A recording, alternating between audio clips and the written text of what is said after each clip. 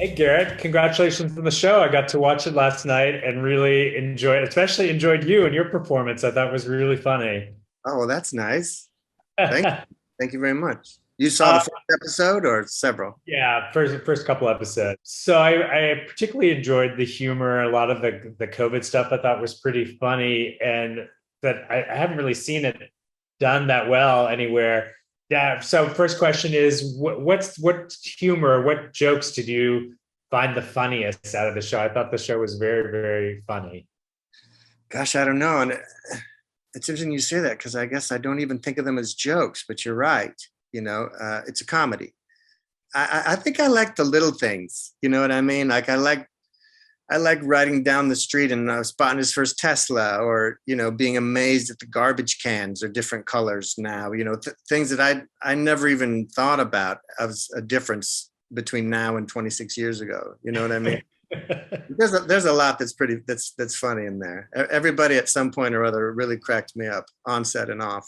Yeah, so talk about that. I guess working with Martha is probably, do you work with her previously on Raising Hope? Yes, we spent 4 seasons together on Raising Hope, for the best years of my life on television. And that ended, I think, 2014, so it was a little while ago. But I remained close with Martha. I always wanted to work with her, but never really got the chance or took the chance. A lot of people, I think, thought that we were too indelible as those two characters, and no one would be able to separate us from that. And I'm glad we didn't listen to those fears, because I think they're unfounded. She's so good, and I count her as a dear friend, and she's one of the rare people in my life that I've never messed up, my relationship with. And I just, I could work with her the rest of my life. She's just baggageless, and I trust her that much. And you know, I like working with people where you can stand there and I can turn to her and say, I don't get it. What is it? And she'll tell me, and like, okay. Like I don't have to put up this front that I know everything, or and because I know she's there for me. She's a massive safety net. Yeah. What was the most Martha moment you had working with her on the show? I don't know. She's always and wonderfully holy herself. So I don't know. I enjoyed hanging with her and her dogs. She has these two great dogs, and we take them for walks, and I like that. I like that she's living a big life. She's not gonna hold herself back. It's inspiring. Yeah.